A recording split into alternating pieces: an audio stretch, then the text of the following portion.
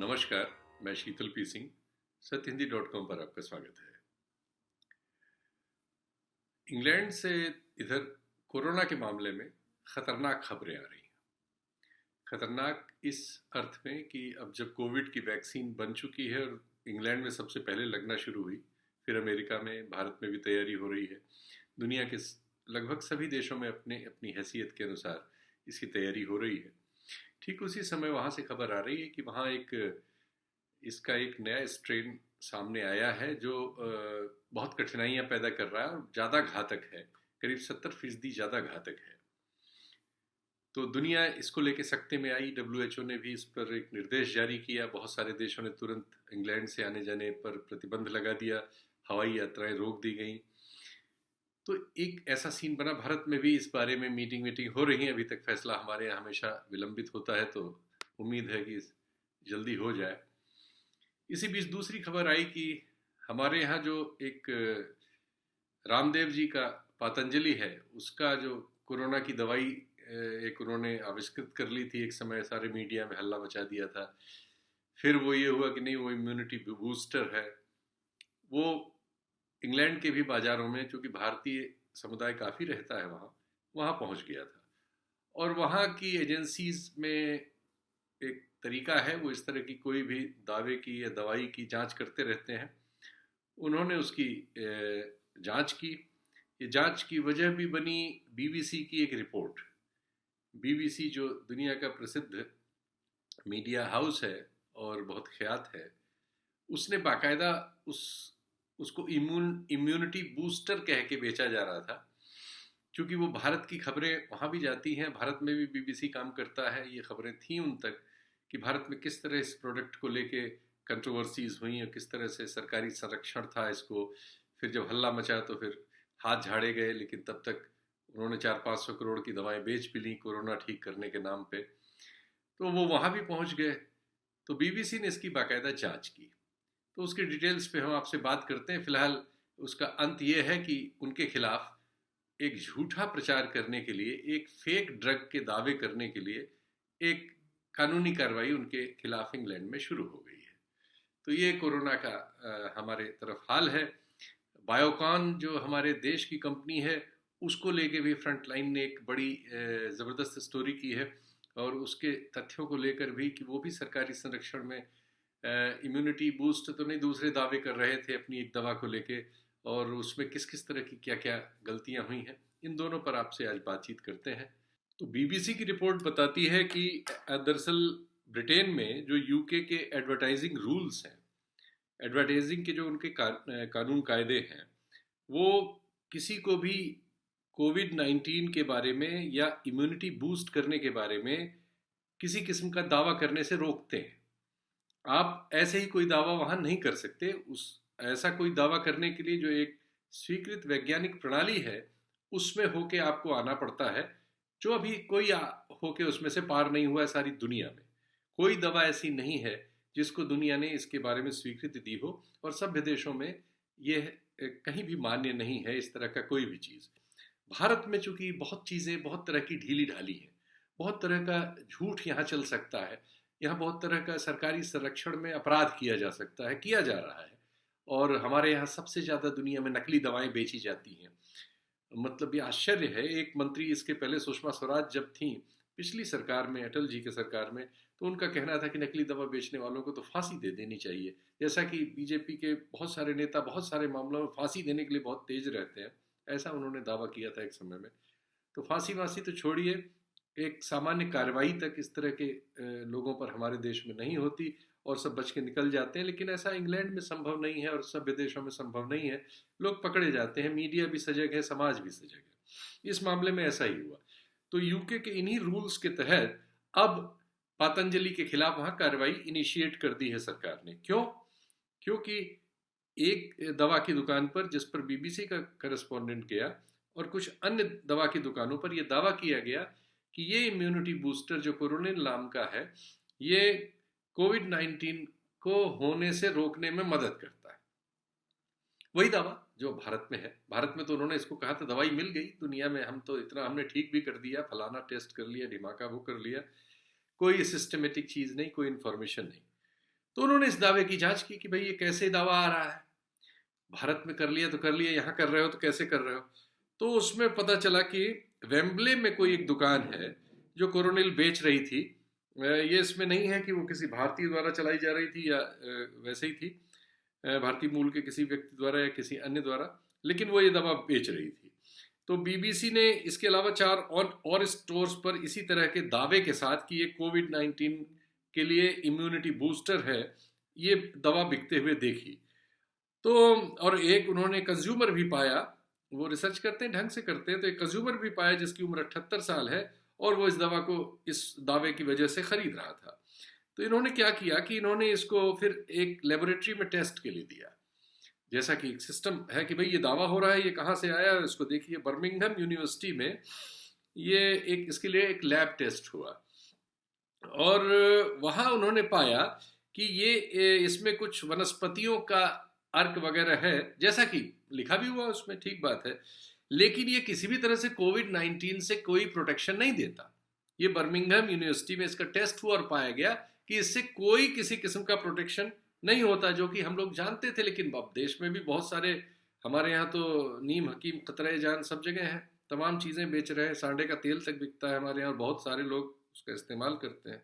खैर, तो वायरोलॉजिस्ट हैं डॉक्टर मैत्रेयी शिव कुमार, उन्होंने इसकी जांच की और उन्होंने पाया कि जो ये बूस्टिंग का दावा है अपने आप में कि इम्यूनिटी बूस्ट होने से कोरोना में कोई लाभ हो सकता है, ये दावा ही अपने धरातल पे ही गलत है।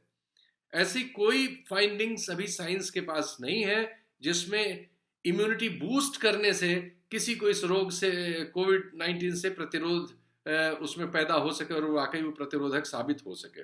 ऐसा अभी तक कोई वैज्ञानिक प्रमाण नहीं है। तो इसका आधार ही गलत है, इस तरह के दावे को करने का आधार ही गलत है। ये भारतीयों को सुनना चाहिए। हमारी भारतीय मूल की ही वैज्ञानिक डॉक्टर मैत्रेयी शिव कुमार ने इस टेस्ट के आधार पर और इसके अध्ययन करके ये बीबीसी को अपने कमेंट में कहा है। तो देखिए, जिनको किसी विषय का पता है, जब तक हम उनसे बात नहीं करते और उनको नहीं सुनते, तब तक उन चीज़ों की उस सच्चाई में नहीं जा सकते जो हमें जानना चाहिए। हम इस तरह के दावों में ही फंसे रह जाते हैं। उन्होंने कहा कि इम्यून सिस्टम को लेके भी बहुत सारी दुनिया में रिसर्च है, कोई चीज़ ऐसी नहीं होती जो आज आपने खाई और कल आपको फ़ायदा कर दे।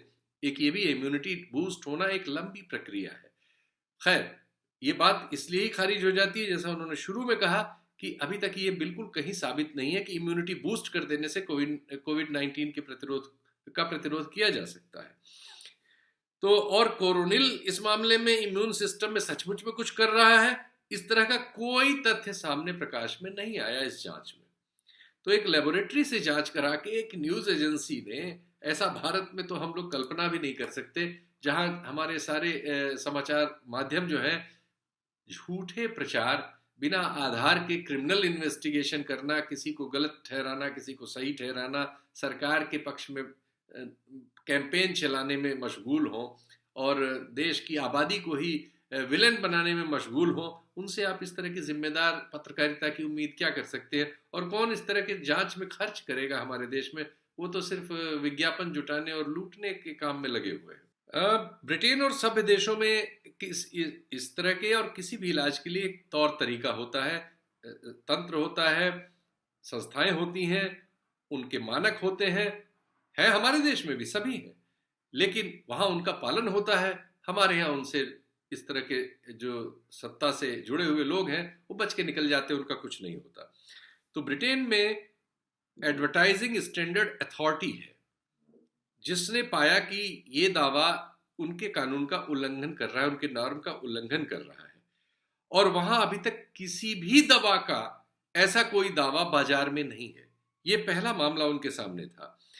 वहां पर इस तरह के किसी दावे को करने से पहले और इस तरह का कोई प्रोडक्ट बेचने से पहले एक एजेंसी है, medicine and health care products regulatory agency, MHRA, उसमें से आपको होके गुजरना होता है। उसकी एक प्रोसेस है, एक वैज्ञानिक प्रोसेस है। तो MHRA के पास कोरोनिल के किसी अप्रूवल की कोई न दरख्वास्त है, न कहीं से कोई अप्रूव हुआ था। तो जो काम ये दुकानें कर रही थी और ये प्रोडक्ट के मैन्युफैक्चरर कर रहे थे, ये सीधे सीधे एडवर्टाइजिंग स्टैंडर्ड अथॉरिटी के रूल का उल्लंघन के रूप में पाया गया। तो एमएचआरए ने इसी वजह से उन्होंने कहा बीबीसी को कि इस मामले में appropriate action will be taken, इसमें जो जरूरी कानूनी कार्रवाई है वो की जाएगी। तो एक जरूरी कानूनी कार्रवाई इंगेज हो गई है पतंजलि के खिलाफ इंग्लैंड में। ये इस सब्जेक्ट इसी कोरोनिल पर जो भारत में बहुत कंट्रोवर्सी हुई और जिस पर सत्य हिंदी में भी आप प्रोग्राम्स देख चुके हैं, हमने तो इस मामले में इनकी पूरी पड़ताल की थी कि ये कोरोनिल बनाने से पहले आपने हमारे अगर सारे प्रोग्राम्स आप देखेंगे जो लिंक में दिए हुए हैं इसके साथ, कि हमने तो वहां तक कि जब ये बना रहे थे यहाँ इन्होंने दावा कर दिया था, जबकि अमेरिका में इन्होंने एक लैब को अपना माल भेज रखा था टेस्ट के लिए। तो ये बिल्कुल झूठ था। वो हमने लैब से भी बात कर ली थी, उनके साइंटिस्ट से बात करके हमने एक प्रोग्राम में आपको दिखा दिया था, उसका नाम डिटेल सब दे दिया था। और बाद में उनके वैज्ञानिक का हमने फिर किसी दूसरे कार्यक्रम में उनसे बातचीत की थी, तो उन्होंने हमें बताया था कि उसमें कुछ भी नहीं निकला। तो ये इनकी सच्चाई है, लेकिन हमारे देश में अब ये सब किया जा सकता है और कुछ नहीं होता, लेकिन वहां हो रहा है। तो अब की जो स्थिति है हमारे देश में, तो पतंजलि को कोरोनिल को इम्यूनिटी बूस्टर कह के बेचने की अनुमति सरकार ने दे दी थी, लेकिन ऐसी कोई अनुमति इंग्लैंड में न उनको मिली, न उनके प्रोडक्ट ने ऐसा कोई पास किया, इसलिए वहां उन पर इसके खिलाफ एक कार्रवाई शुरू हो गई है। ये इस खबर की के डिटेल है। एक और मिस्टर पंजवानी है, एक रिसर्च स्कॉलर, जिनसे इन्होंने बात की, जो एक फुल फैक्ट नाम की संस्था में काम करते हैं, और उन्होंने कहा कि ऐसा होता है कि किसी पेंडेमिक में और लोगों में किसी भी दवा की खोज की आकांक्षा होती है और बहुत सारे लोग ऐसे मौके का फायदा उठा लेते हैं और उसमें अपना व्यापारिक फायदे उठा लेते हैं झूठे दावे करके। ये उसी तरह की एक हरकत है। तो ये आपकी जानकारी के लिए कि पतंजलि के कोरोनिल पर इंग्लैंड में इस तरह की स्थिति पैदा हुई है जिसमें उनके खिलाफ एक कार्रवाई हो रही है। एक तो बात ये थी।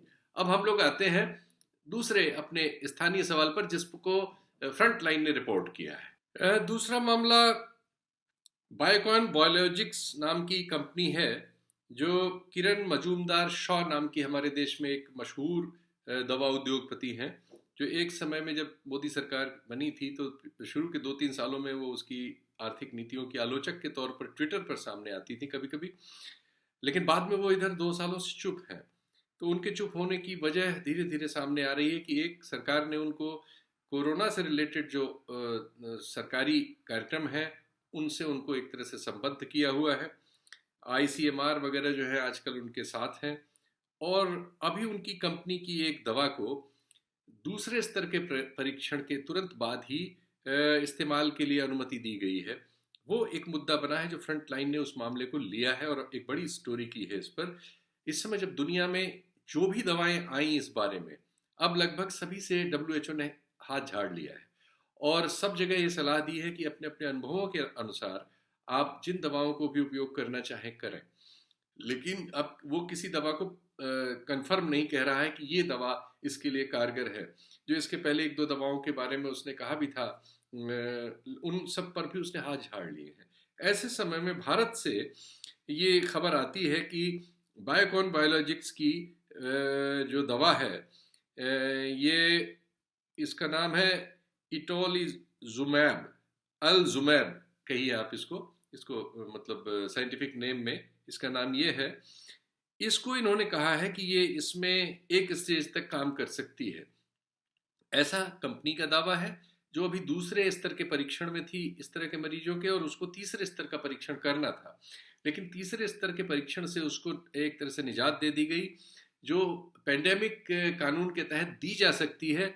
लेकिन ये एक बहुत बड़ा फैसला होता है। दी तो जा सकती है, लेकिन दुनिया में कोई देने से पहले 10 बार सोचता है, क्योंकि इसके जो रिपरकशंस हैं वो खतरनाक हो सकते हैं। जैसा इस स्टोरी में दिया गया है कि इसको देने के बाद 2 लोगों पर ये दिया गया, और ये बायोकॉन के अपने ही वेबसाइट पर उपलब्ध है कि उसमें से एक मरीज की 9 दिन के बाद मृत्यु हो गई। तो जो आफ्टर इफेक्ट्स इस तरह की दवाओं के होते हैं, अगर उनकी जांच पूरी नहीं होती तो कई बार वो बहुत खतरनाक साबित हो सकते हैं, जैसा इस मामले में, इस स्टोरी में कहने की कोशिश हुई है कि खुद उनके अपने जो वेबसाइट है उसमें जो उनके अपने अब तक के काम के डिटेल्स हैं, उसके अनुसार जिन 2 मरीजों पर उन्होंने इसका परीक्षण किया उसमें से एक की मृत्यु हो गई थी। और ये इस दवा के इन्फ्यूज़न से जो रिएक्शन हुआ, जो फर्स्ट डोज दी गई थी पहले चरण में ही, उससे ऐसा हुआ। ऐसा बायोकॉन की अपनी रिपोर्ट में है। तो ये रिपोर्ट इस पे फिर सवाल करती है कि पहले ये दवा, ये ऐसा नहीं था कि ये दवा इसको लेके आविष्कृत की गई है, ये दवा पहले से थी। ये 2012 से है और सोरियासिस के लिए इसका इस्तेमाल किया जाता था। और लेकिन अभी जब ये समस्या बढ़ी तो इन्होंने इसको कोरोना में भी टेस्ट करना शुरू किया और ये 2 चरण तक गए थे। फिर लेकिन इन्होंने डीसीजीआई से, जो हमारे सरकार की मानक संस्था है इस मामले की, उससे उन्होंने फेज 3 के क्लिनिकल ट्रायल को न करने की परमिशन हासिल कर ली और फेज 2 के बाद ही इस दवा को बाजार में उतार दिया। ये सवाल है। अब जानते हैं कि WHO पहले रेमडेसिविर नाम की एक दवा को उसने इस मामले में कहा था कि ये एक हद तक एक किस्म के मरीजों को एक तरह का लाभ दे सकती है। वो भी दवा किसी दूसरी चीज की थी, लेकिन उसको ये माना गया था, वो ग्लेमार्क फार्मास्यूटिकल्स लिमिटेड नाम की कंपनी की थी। और लेकिन बाद में उसको इसके लिए फेज 3 ट्रायल से अनुमति दी गई थी और उसका एक मिलता जुलता स्वरूप फेविपिराविर नाम की एक दवा, जो फेज 3 में तो गई थी लेकिन करीब उससे बहुत कम संख्या में, उसकी भी संख्याएं होती हैं तो कम संख्या में इसका ट्रायल किया था, उसको भी अनुमति दी गई थी। वो भी हमारे यहाँ डीसीजीआई से दोनों दवाएं अप्रूव थी और इसके बाद अभी ये बायोकॉन की दवा अप्रूव की गई है। लेकिन इसको लेके इस रिपोर्ट में बहुत सारे सवाल खुद बायोकॉन के अपने पुराने डिटेल्स और इससे जुड़े हुए मरीजों पर होने वाले दुष्प्रभाव को लेकर उठाए गए हैं। तो ये एक नई कंट्रोवर्सी बन सकती है एक ऐसे समय में जब हम इंग्लैंड से खबरें आ रही हैं कि जो नया स्ट्रेन आया है वो लगभग 70% ज़्यादा घातक है और इसीलिए दुनिया भर में बहुत सारे देशों ने उनके साथ अपनी उड़ानें रद्द कर दी हैं और भारत में भी इस तरह का विचार हो रहा है। अभी फैसला नहीं हुआ है बल्कि उसकी आलोचना शुरू हो गई है सोशल मीडिया वगैरह पर। आने वाले दिनों में हम देखेंगे कि सरकार उसमें क्या फैसला लेती है। लेकिन अभी सारी दुनिया ने एकाएक इंग्लैंड से अपना वायुयान मार्ग बंद कर दिया है। फिलहाल आने जाने के सारे संपर्कों को रोक दिया है, चूंकि नए स्ट्रेन एक नए खतरे के तौर पर आ सकता है। माना जा रहा है कि वो जो अभी तक वैक्सीन्स बनी हैं, हो सकता है कि उनमें जो सामर्थ्य हो उस सामर्थ्य को तोड़ के आगे निकल गया हो, लेकिन कुछ लोग कह रहे हैं कि नहीं, अभी उसको तोड़ के आगे नहीं निकला होगा, लेकिन उस रास्ते में है कि वो उनकी सामर्थ्य से आगे जाना चाहता है। तो खैर, इस खतरे के इस दौर में ये 2 मिली जुली स्टोरीज दवाओं के सेक्टर से आई थी, जिनको आपको जानना चाहिए था। हाजिर है। नमस्कार। सत्य हिंदी का ऐप डाउनलोड करें गूगल प्ले स्टोर पर।